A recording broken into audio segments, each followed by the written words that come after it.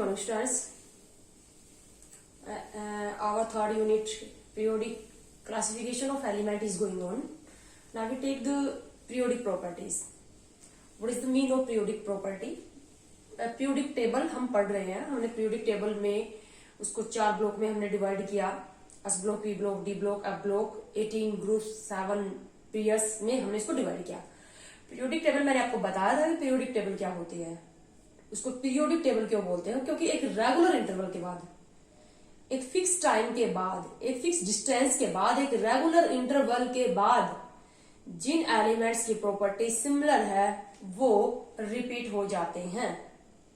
ठीक है, तो पीरियोडिक प्रॉपर्टी पढ़ेंगे अब हम इस यूनिट में. पूरी यूनिट में पीरियोडिक प्रॉपर्टी चलेंगी. तो ऐसी property, periodic property, those property which repeat after a regular interval. So, which repeat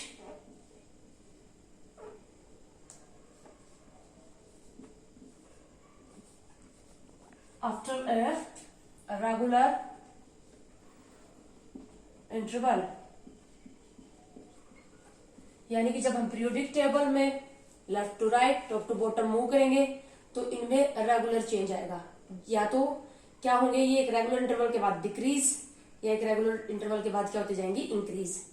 धीरे धीरे इनके अंदर क्या होता जाएगा, जैसे लेफ्ट टू राइट जा रहे हैं तो कोई प्रॉपर्टी धीरे धीरे 1 बाय 1 करके इंक्रीज होती जाएगी, या कोई प्रॉपर्टी जो होगी 1 बाय 1 करके डिक्रीज होती जाएगी. इसी तरह से टॉप टू बॉटम एक रेगुलर इंटरवल के बाद क्या होंगी, जो प्रॉपर्टी एक रेगुलर इंटरवल के बाद रिपीट होती है उनको क्या बोलते हैं, पीरियोडिक प्रॉपर्टी. और इनमें जो चेंज आएगा वो भी रेगुलर आएगा.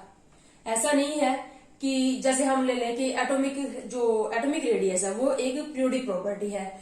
तो ऐसा नहीं है कि हम पीरियोडिक टेबल में लेफ्ट टू राइट जा रहे हैं तो लेफ्ट टू राइट जाते वक्त कभी तो एटॉमिक प्रॉपर्टी किसी एटम की रेडियस इंक्रीज होगी, फिर अगले ही टाइम डिक्रीज होगी, फिर इंक्रीज. ऐसा नहीं है. रेगुलरली क्या होंगी, इंक्रीज, या रेगुलरली क्या होंगी, डिक्रीज होंगी. जब हम पीरियोडिक टेबल में लेफ्ट टू राइट यानी कि किसी पीरियड में मूव करेंगे, टॉप टू बॉटम किसी ग्रुप में मूव करेंगे. तो सबसे पहले हम पीरियोडिक प्रॉपर्टी अब पढ़ेंगे atomic radius. First periodic property हमारे पास एटॉमिक रेडियस. हमें एक एटम का साइज जानना है. सभी एलिमेंट्स किससे मिलकर बने हैं, एटम से. तो हमें क्या करना है, एक अलग अलग एलिमेंट्स के एटम्स के साइज का कंपैरिजन करना है. अब जैसे कि हमारे पास सेकंड पीरियड है. सेकंड पीरियड के मेंबर्स कौन कौन से हैं, लिथियम, उसके बाद लिथियम के बाद कौन है, बेरिलियम, फिर कौन है, boron, carbon, nitrogen, oxygen, fluorine, neon. ये सेकंड पीरियड के मेंबर है. कौन कौन से, 8 मेंबर है. तो लिथियम एटम का साइज, बेरिलियम एटम का size, boron atom, carbon atom, हमें इनके साइज का कंपेरिजन करना है. तो साइज का कंपैरिजन करना यानी कि हमें एक एटम का साइज चाहिए. हर एलिमेंट के एटम का हम साइज निकालना चाहते हैं. अब हमें पता है कि एटम क्या होता है, स्फेरिकल होता है. एटम स्फेरिकल होता है. तो स्फेरिकल होता है तो इसकी जो स्फेरिकल शेप होता है उसका साइज हम कैसे मेजर करते हैं, उसकी रेडियस मेजर करके कर लेते हैं. तो रेडियस मेजर कर लेते हैं. ठीक है, यानी कि एक हमें क्या चाहिए, एटॉमिक साइज. तो एटम का साइज है. अब एटम का साइज क्या होगा, एटॉमिक रेडियस से ही मेजर कर लेंगे. अगर एटम क्या हुआ, अगर एटॉमिक रेडियस स्मॉल होगी तो एटम का साइज भी स्मॉल होगा. अगर एटॉमिक रेडियस बड़ी होगी तो एटम का साइज भी क्या होगा, बड़ा होगा. यानी कि एटॉमिक साइज और एटॉमिक रेडियस एक ही बात है. किसी भी एलिमेंट के एटम का साइज हम किससे मेजर करते हैं, उसकी रेडियस मेजर करके करते हैं. इसीलिए एटॉमिक साइज या एटॉमिक रेडियस कोई अलग अलग बातें नहीं है, सेम चीज है. एटम के साइज को मेजर किया कैसे, एटम की रेडियस मेजर करके किया. अब एटॉमिक रेडियस को मेजर कैसे करें, एटॉमिक रेडियस निकाली कैसे जाती है, इसको कैसे डिफाइन करते हैं. जैसे हमारे पास कोई एटम है. अब एटम के अंदर बोहर के हिसाब से अगर हम पढ़े तो ये है न्यूक्लियस. फिर इसके अंदर क्या बनी हुई है, बोहर मॉडल ऑफ एटम के अकॉर्डिंग सेल्स बनी हुई होती है. तो सबसे वैलेंस सेल और न्यूक्लियस, न्यूक्लियस का सेंटर है, ये न्यूक्लियस है. न्यूक्लियस के सेंटर से लेकर वैलेंस सेल तक के डिस्टेंस को हम एटॉमिक रेडियस बोलेंगे. ऐसा ही है ना. The distance from centre of nucleus to the valence shell, this is atomic radius. तो एटॉमिक रेडियस को हम ऐसे डिफाइन कर सकते हैं. क्या हुआ एटॉमिक रेडियस से, कैसे डिफाइन करेंगे, डिस्टेंस, चाहे distance between centre of nucleus and valence shell या distance from centre of nucleus to outermost cell.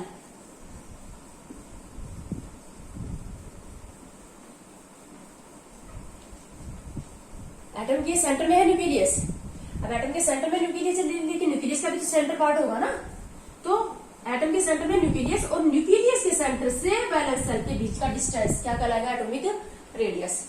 लेकिन बेटा हम absolute atomic radius, absolute atom की रेडियस मेजर नहीं कर सकते। हम इस तरह से किसी भी एटम की रेडियस नहीं निकाल सकते। We can't measure absolute radius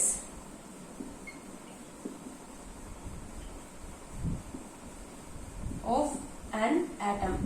Why?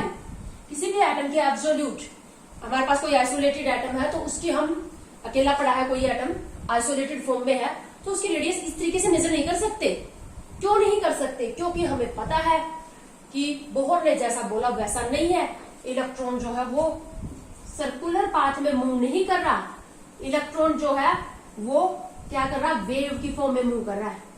इस तरह से वेव की फॉर्म में इलेक्ट्रॉन जो है वो मूव कर रहा है। तो यानी कि इस तरह से सर्कुलर फॉर्म में मूव नहीं कर रहा है इलेक्ट्रॉन न्यूक्लियस के चारों तरफ, वो वेव की फॉर्म में मूव कर रहा है। तो इस तरह से क्या कर सकते हैं? अब यहाँ पर क्या होगा? ये डिस्टेंस कम होगा, यहाँ पर ये डिस्टेंस ज्यादा होगा।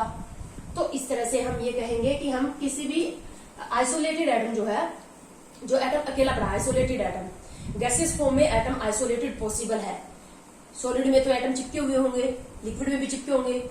आइसोलेटेड तो हम कर सकते हैं एटम को गैसियस फॉर्म में लाके, बट आइसोलेटेड एटम की हम रेडियस मेजर नहीं कर सकते। कारण क्या है? Because electron travel around the nucleus in the form of wave. तो फिर कैसे मेजर करते हैं और कैसे डिफाइन करते हैं? तो बॉन्डेड फॉर्म में एटम जब दूसरे एटम के साथ बॉन्ड बनाएगा, एटम जब दूसरे एटम, सेम एलिमेंट के एटम्स या डिफरेंट एलिमेंट के एटम्स जब आपस में बॉन्ड बनाएंगे, यानी कि एक एटम दूसरे एटम के साथ जब बॉन्डेड फॉर्म में होगा या फिर इंटरेक्शन होगी, एक एटम दूसरे एटम के साथ इंटरेक्टेड होगा, उस टाइम हम रेडियस निकालेंगे। तो कैसे निकालेंगे? अब बॉन्ड कितनी तरह के हैं? बॉन्ड हमारे पास दो तरह के हैं जनरली। कौन कौन से बॉन्ड है? Covalent bond, metallic bond. और इंटरेक्शन है, van der Waals force of attraction आप लोगों ने सुनी होगी। तो हम यहाँ पर क्या करेंगे? बॉन्डेड फॉर्म में होगा। जब एटम बॉन्डेड फॉर्म में होगा किसी दूसरे एटम के साथ या फोर्स ऑफ अट्रैक्शन से इंटरेक्टेड होगा, उस टाइम हम उसकी रेडियस मेजर करेंगे। तो इस बिहाफ के ऊपर क्या है? Depending upon the nature of bond and depending upon the interaction, the atomic radius is of 3 type. Atomic radius 3 type की है।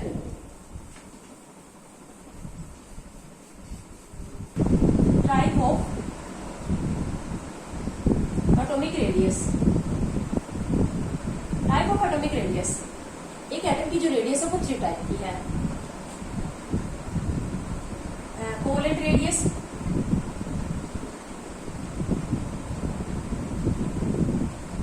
सेकंड है वैन डर वाल्स हमारे पास मेटेलिक रेडियस,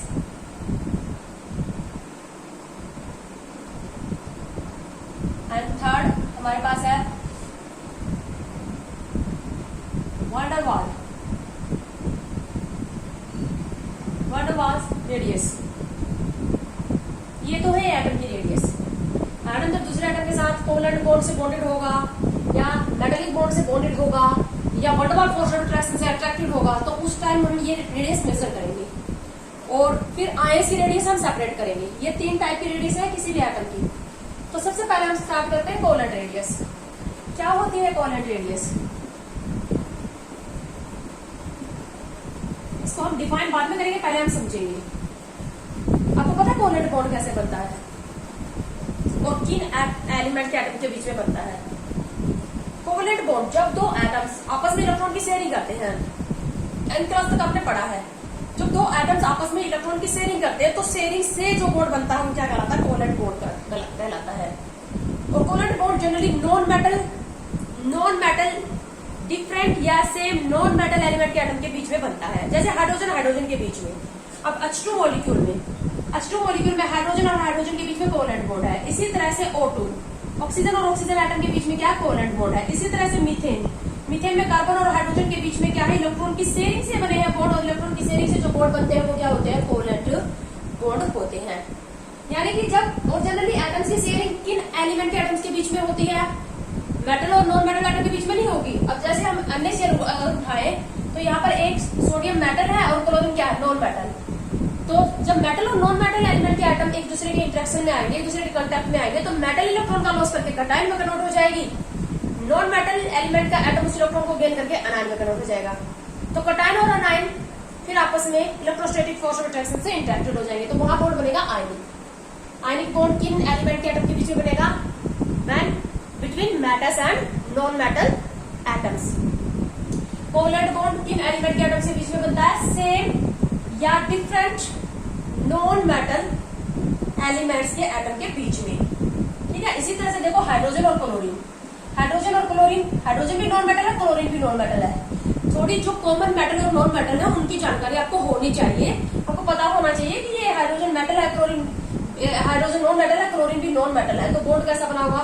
अब जैसे मैं तुमसे पूछूं कि वाटर किस टाइप का कंपाउंड है, कोवलेंट बॉन्ड है, हाइड्रोजन आपको पता है कि नॉन मेटल है, ऑक्सीजन भी नॉन मेटल है, तो नॉन मेटल एटम्स के बीच में बॉन्ड बना है, तो बॉन्ड कैसा होगा, कोवलेंट। और कोवलेंट बॉन्ड से बने कंपाउंड क्या कहलाते हैं, कोवलेंट कंपाउंड कहलाते हैं। यानी कि ऐसे कंपाउंड जिसमें सारे ही एटम्स आपको नॉन मेटल के दिखाई दे, वो कंपाउंड क्या होंगे, इसका मतलब जरूर वहां पर जो बॉन्ड बना है वो इलेक्ट्रॉन की शेयरिंग से बना है, यानी कि कोवलेंट बॉन्ड बना है। और कोवलेंट बॉन्ड से बने कंपाउंड क्या होंगे, कोवलेंट कंपाउंड होंगे। ठीक है, और अगर तुम्हें दिखाई दे मेटल और नॉन मेटल, तुम्हें दिखाई दे रहा है कि मेटल भी है और नॉन मेटल भी है, अब जैसे कॉपर सल्फेट है, अब कॉपर सल्फेट में तुम्हें दिखाई दे रहा है कि कॉपर मेटल है, सल्फर और ऑक्सीजन क्या है, नॉन मेटल, तो बॉन्ड कैसा बना होगा यहाँ पर, आयनिक। तो ये आयनिक कंपाउंड है। अगर आपको ये जो कॉमन एलिमेंट है, 10-12 जो कॉमन एलिमेंट है, इन्हीं का आपको यही नहीं पता कि ये मेटल है या नॉन मेटल है, तो ये बहुत बड़ी आपकी गलती है, तो आपको पता होना चाहिए। तो कोवलेंट बॉन्ड, जब एक एटम दूसरे एटम के साथ कोवलेंट बॉन्ड से बॉन्डेड होता है, तो उनके बीच में क्या होता है, इलेक्ट्रॉन की जब वो शेयरिंग करते हैं, अब इलेक्ट्रॉन तो सेल के अंदर पड़े हैं, तो सेल जो वैलेंस सेल होती है ना, उनकी ओवरलैपिंग होती है आपस में। जैसे हाइड्रोजन हाइड्रोजन, मैं ये कहूँ कि ये हाइड्रोजन एलिमेंट का एटम है, ये दूसरा भी हाइड्रोजन, ये भी हाइड्रोजन का एटम है, ये भी हाइड्रोजन एलिमेंट का एटम है। जब ये एक एक इलेक्ट्रॉन की शेयरिंग करेंगे, एक इलेक्ट्रॉन यहाँ, एक इलेक्ट्रॉन यहाँ है, तो इलेक्ट्रॉन की शेयरिंग करेंगे तो इनका जो इलेक्ट्रॉन क्लाउड है वो शेयरिंग में आ जाएगा। ठीक है, यानी कि इसमें इन्होंने क्या किया, आपस में एक इलेक्ट्रॉन की शेयरिंग की, तो शेयरिंग की तो इनका जो इलेक्ट्रॉन क्लाउड है वो क्या हो गया, यहाँ पर ये ओवरलैपिंग होगी, ये ओवरलैपिंग रीजन बोलते हैं, इसको बोलते हैं ओवरलैपिंग रीजन। तो यहाँ पर ओवरलैपिंग हो गई। अब ये इस हाइड्रोजन एटम के न्यूक्लियस का सेंटर है, ये दूसरे हाइड्रोजन एटम के न्यूक्लियस का सेंटर है। तो यहां से यहां तक का जो डिस्टेंस है, ये डिस्टेंस क्या कहलाएगा, इंटर न्यूक्लियर, न्यूक्लियस से बीच का डिस्टेंस, न्यूक्लियस के बीच का डिस्टेंस क्या कहलाएगा। इसको मैं डी लिखूं, इतने डिस्टेंस को, और इसको मैं डी से रिप्रेजेंट कर रही हूँ। डी क्या है, inter nuclear distance, internuclear distance लिखा मैंने। दो कोवलेंट बॉन्ड से बॉन्डेड एटम्स के न्यूक्लियस के बीच का डिस्टेंस क्या कहलाएगा, इंटरन्यूक्लियर डिस्टेंस। अब क्योंकि यहाँ पर क्या है, दोनों ही एटम्स सेम टाइप के हैं, ए टाइप के हैं, मतलब दोनों ही एटम्स, जरूरी नहीं है कि कोवलेंट बॉन्ड सेम एलिमेंट के एटम के बीच में ही बने, जैसे हाइड्रोजन के बीच में भी बन सकता है, हाइड्रोजन क्लोरीन के बीच में भी बन सकता है। तो अगर कोवलेंट बॉन्ड से बॉन्डेड दोनों ही एटम सेम एलिमेंट के हैं, जैसे प्रेजेंट केस में हम किसका कर रहे हैं, हाइड्रोजन सेम एटम है, तो वहां पर क्या होगा, ये हमने क्या निकाल लिया, इंटरन्यूक्लियर डिस्टेंस। अब इस इंटरन्यूक्लियर डिस्टेंस का हाफ कर दे हम, इस इंटरन्यूक्लियर डिस्टेंस का हाफ यहाँ तक, ये देखो इस इंटरन्यूक्लियर डिस्टेंस का जो हाफ है, ये इस हाइड्रोजन एटम की रेडियस है, और ये रेडियस इस हाइड्रोजन एटम की है, और ये रेडियस इस हाइड्रोजन एटम की है। तो हम क्या कह सकते हैं, कोवलेंट रेडियस क्या हो जाएगी, half of internuclear distance. Covalent radius, एक तो ये इंश्योर करें कि कोवलेंट रेडियस कब निकाले जाते हैं, one atom is covalently bonded to other atom. तो जब एक एटम दूसरे एटम के साथ कोवलेंट बॉन्ड से बॉन्डेड होता है, उस टाइम जो कोवलेंट रेडियस है, मैं इसको आरसी लिख रही हूँ, सी क्या है, कोवलेंट, कोवलेंट रेडियस क्या हो जाएगी, d/2। डी क्या है, इंटरन्यूक्लियर डिस्टेंस, और इंटरन्यूक्लियर डिस्टेंस को ही बॉन्ड लेंथ भी बोलते हैं, बॉन्ड लेंथ। अब ये जो कोवलेंट बॉन्ड बना हुआ है इसकी लेंथ, ये कोवलेंट बॉन्ड ही तो बना हुआ है इन दोनों के बीच में, न्यूक्लियस से न्यूक्लियस के बीच का डिस्टेंस है ये इंटरन्यूक्लियर डिस्टेंस, और इसी को क्या बोलते हैं, बॉन्ड लेंथ। तो बॉन्ड लेंथ का हाफ, इंटरन्यूक्लियर डिस्टेंस समझ रहे हो मैंने हाफ क्यों किया, क्योंकि यहां से यहां तक का ये है इंटरन्यूक्लियर डिस्टेंस या बॉन्ड लेंथ। अब इसका हाफ इस हाइड्रोजन एटम की रेडियस है, और इसका हाफ दूसरे हाइड्रोजन एटम की रेडियस भी है। तो अगर दो एटम्स सेम टाइप के हो, अगर दोनों एटम जो कोवलेंट बॉन्ड से बॉन्डेड है, दोनों एटम सेम ही एलिमेंट के हो, सेम टाइप के हो, तो हम क्या करेंगे, इंटरन्यूक्लियर डिस्टेंस का हाफ करके रेडियस निकाल लेंगे। इंटरन्यूक्लियर डिस्टेंस को क्या बोलते हैं, बॉन्ड लेंथ, तो बॉन्ड लेंथ का हाफ। अब आपको क्या कर दिया जाएगा, बॉन्ड लेंथ दे दी जाएगी, बॉन्ड लेंथ दे दी गई है हाइड्रोजन के अंदर, calculate the radius of hydrogen atom. ठीक है, कोवलेंट रेडियस भी हम क्या कर रहे हैं, अलग अलग तरीके से मेजर कर रहे हैं। पहला हमारे पास जो केस है, फर्स्ट केस हम क्या ले रहे हैं, जो हमारे पास केस फर्स्ट है उसमें हम क्या कह रहे हैं, इफ बोथ कोवलेंटली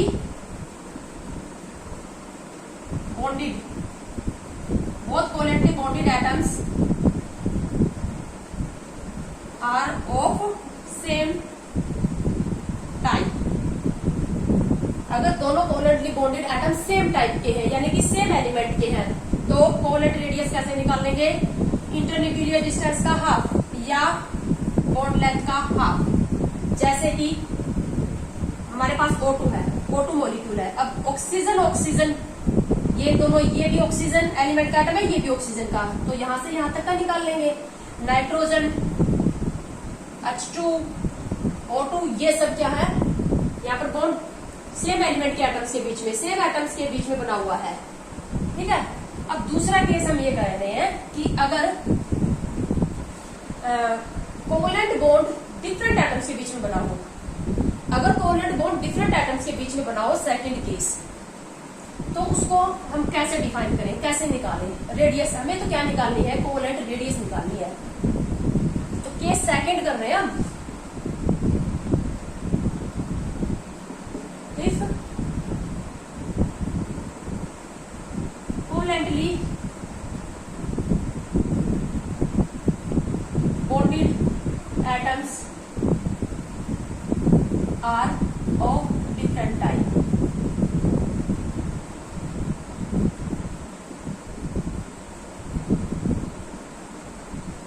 जैसे कि ए बी टाइप का हो, एक एटम ए है और दूसरा क्या बी है, अब तक ए या बी टाइप का था, ए और बी। ठीक है, और यहाँ पर भी क्या होगा, इलेक्ट्रोनेगेटिविटी सेम भी हो सकती है और डिफरेंट भी हो सकती है। वैसे सेम तो बिल्कुल आइडेंटिकल इलेक्ट्रोनेगेटिविटी तो आइडेंटिकल एटम्स की होगी, इनमें हो सकता है स्लाइट डिफरेंस हो। अगर इनकी ए और बी की इलेक्ट्रोनेगेटिविटी में 0.1 या मतलब कुछ बहुत कम डिफरेंस हो, तो या फिर बहुत ज्यादा डिफरेंस हो, तो वहां पर अब हम फॉर्मूला निकालेंगे, कोवलेंट रेडियस निकालेगा। कोवलेंट रेडियस जो होगी, यहाँ पर हम फॉर्मूला निकालेंगे अगर हमारे पास covalently bonded atoms different element के हो। जैसे कि यहाँ पर HCl है, अब एक यहाँ पर कोवलेंट बॉन्ड हाइड्रोजन और क्लोरीन के बीच में बना है, जैसे कि वाटर के अंदर मैंने बताया हाइड्रोजन और ऑक्सीजन के बीच में बना है, जैसे कि मीथेन में बताया मैंने, तो कोवलेंट बॉन्ड कार्बन और हाइड्रोजन के बीच में बना है। तो ये एटम्स डिफरेंट एलिमेंट के है ना, तो यहाँ पर अब तुम्हें कार्बन, मीथेन में कार्बन एटम की रेडियस निकालने के लिए दे दिया जाए, HCl में हाइड्रोजन की या क्लोरीन की रेडियस निकालने के लिए दे दिया जाए, तो कैसे निकालोगे। तो यहाँ पर हमारे पास एक फॉर्मूला रहेगा, radius of A plus radius of B minus 0.9 into mod of electronegativity of A minus electronegativity of B. ये फॉर्मूला आप याद रखोगे। अब क्या क्या लिखा है मैंने यहाँ पर, आरसी तो क्या, कोवलेंट रेडियस, किसी भी एटम की कोवलेंट, ए की कोवलेंट रेडियस निकालनी है, बी की निकालनी है, आर ए क्या है, ए एटम की कोवलेंट रेडियस, बी एटम की कोवलेंट रेडियस ये 0.9, X A and X B क्या है, इलेक्ट्रोनेगेटिविटी,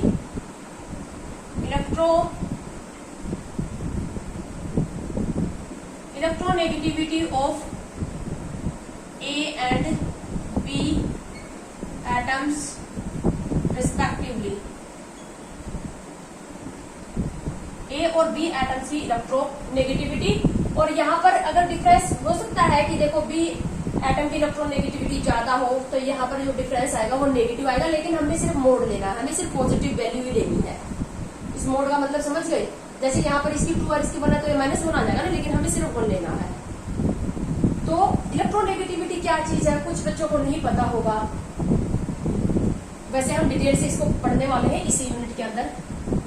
जब 2 एटम आपस में कोवलेंट बॉन्ड से बॉन्डेड होते हैं तो इसके इलेक्ट्रॉन और इसके इलेक्ट्रॉन, अब इसका न्यूक्लियस भी है, इसका न्यूक्लियस भी है, तो क्या करेंगे, इन दोनों के जो इलेक्ट्रॉन होंगे वो इसके इलेक्ट्रॉन इसके न्यूक्लियस को अपनी तरफ अट्रैक्ट करेंगे और इसका इलेक्ट्रॉन इसके न्यूक्लियस को अपनी तरफ अट्रैक्ट करेगा। जब 2 एटम कोवलेंट बॉन्ड से बॉन्डेड हो तो जिस एटम के इलेक्ट्रॉन की न्यूक्लियस को अपनी तरफ अट्रैक्ट करने की टेंडेंसी ज्यादा होगी, या रिवर्स भी कह सकते हो, जिस एटम की इलेक्ट्रॉन को अट्रैक्ट करने की टेंडेंसी ज्यादा होगी। जब दो एटम कोवलेंट बॉन्ड से बॉन्डेड हो तो जिस एटम की इलेक्ट्रॉन को अट्रैक्ट करने की टेंडेंसी क्या होगी, ज्यादा होगी। जैसे कि अभी डिटेल से अभी नहीं लेंगे, डिटेल से बाद में लेंगे। यहाँ पर क्या किया, ए और बी 2 एटम थे, एक इलेक्ट्रॉन दोनों ने शेयर करके यहाँ पर बना दिया बॉन्ड। ए और बी के बीच में ये बॉन्ड बना हुआ है। अब क्या करेगा, ए के पास भी न्यूक्लियस है और बी के पास भी न्यूक्लियस है, तो इलेक्ट्रॉन यहाँ दोनों के बीच में रखे हुए, बिल्कुल सेंटर में रखे हुए हैं, ठीक है। अब जिसका न्यूक्लियस ज्यादा पावरफुल होगा, जिस एटम का न्यूक्लियस ज्यादा पावरफुल होगा, वो इन इलेक्ट्रॉन को, इस कोवलेंटली बॉन्डेड इलेक्ट्रॉन को ज्यादा अपनी तरफ खींचेगा, ठीक है। तो जब 2 एटम कोवलेंट बॉन्ड से बॉन्डेड हो तो जिस एटम की कोवलेंटली बॉन्डेड इलेक्ट्रॉन्स को, कोवलेंट बॉन्ड में जो 2 इलेक्ट्रॉन है उनको अपनी तरफ अट्रैक्ट करने की जो टेंडेंसी होगी वही क्या कहलाएगी, इलेक्ट्रोनेगेटिविटी। इलेक्ट्रोनेगेटिविटी एक टेंडेंसी है, electronegativity is the tendency to attract bonded electron toward itself. अगर ए ज्यादा खींच रहा है इनको तो ये इलेक्ट्रॉन क्लाउड क्या होगा, ए की तरफ शिफ्ट हो जाएगा, ए की तरफ खींच जाएंगे, ये इलेक्ट्रॉन इसके पास चले जाएंगे और बी से क्या हो जाएंगे, दूर हो जाएंगे, यानी कि बी मोर इलेक्ट्रोनेगेटिव है। बी ने क्या किया, इनको कोवलेंटली बॉन्डेड इलेक्ट्रॉन को ज्यादा अपनी तरफ खींच लिया। कौन ज्यादा खींचेगा, किसकी इलेक्ट्रोनेगेटिविटी ज्यादा होगी, एटम क्यों खींच रहा है इलेक्ट्रॉन को अपनी तरफ, न्यूक्लियस के अंदर प्रोटॉन है, पॉजिटिवली चार्ज है, न्यूक्लियस पॉजिटिवली चार्ज है due to presence of positively charge proton. तो जिस एटम के न्यूक्लियस में प्रोटॉन ज्यादा होंगे, जिसके पास पॉजिटिव चार्ज ज्यादा होगा, वही तो ज्यादा खींचेगा ना कोवलेंटली बॉन्डेड इलेक्ट्रॉन को अपनी तरफ। तो जिस एटम के न्यूक्लियस के पास पॉजिटिव चार्ज ज्यादा होगा, वो ज्यादा इन कोवलेंटली बॉन्डेड इलेक्ट्रॉन को अपनी तरफ अट्रैक्ट करेगा और वो ज्यादा इलेक्ट्रोनेगेटिव कहलाएगा। तो इलेक्ट्रोनेगेटिविटी है यहाँ पर ए और बी की। अब ऐसा भी हो सकता है, अगर सपोज करो यहाँ पर ए और बी की इलेक्ट्रोनेगेटिविटी सेम हो गई, X A equal to X B हो गई, अगर इलेक्ट्रोनेगेटिविटी सेम हो गई तो यहाँ तो ये वैल्यू क्या जाएगी, यहाँ ये डिफरेंस 0 और ये पूरा वैल्यू क्या जाएगी 0। तो कोवलेंट रेडियस अब कैसे निकालोगे, radius of A plus radius of B, ठीक है। एक सेकेंड, ये जो है ये है इंटरन्यूक्लियर डिस्टेंस, ये है डिस्टेंस, ये हमारे पास डिस्टेंस है, इंटरन्यूक्लियर डिस्टेंस, कोवलेंट बॉन्ड से बॉन्डेड एटम का इंटरन्यूक्लियर डिस्टेंस, ठीक है। इसी को बॉन्ड लेंथ भी बोल सकते हो।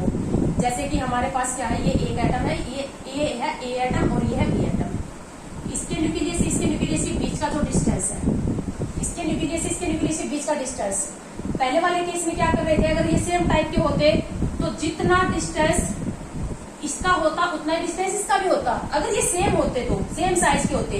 लेकिन अब तो ये डिफरेंट साइज के है ना, अगर ये ए ही होते तो जितना साइज इस एटम का है उतना ही साइज इस एटम का होता, तो इस डी का हम हाफ कर देते, है ना।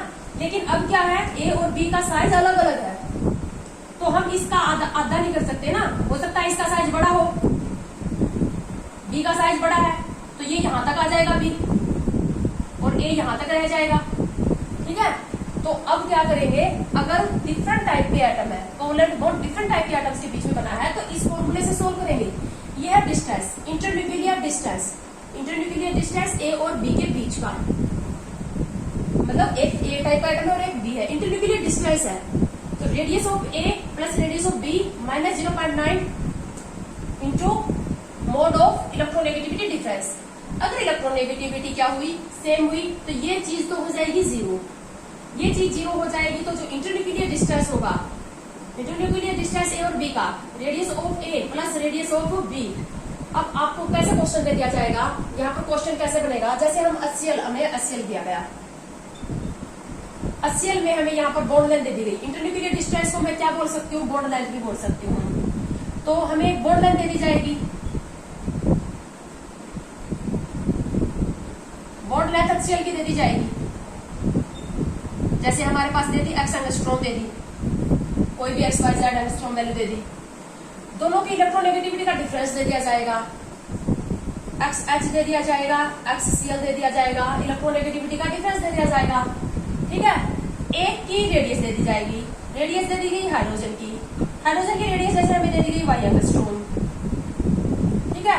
हमसे पूछ लेंगे calculate the radius of chlorine atom, chlorine atom की रेडियस को निकालो।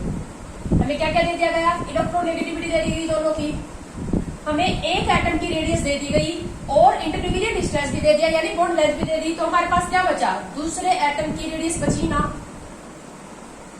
ठीक है।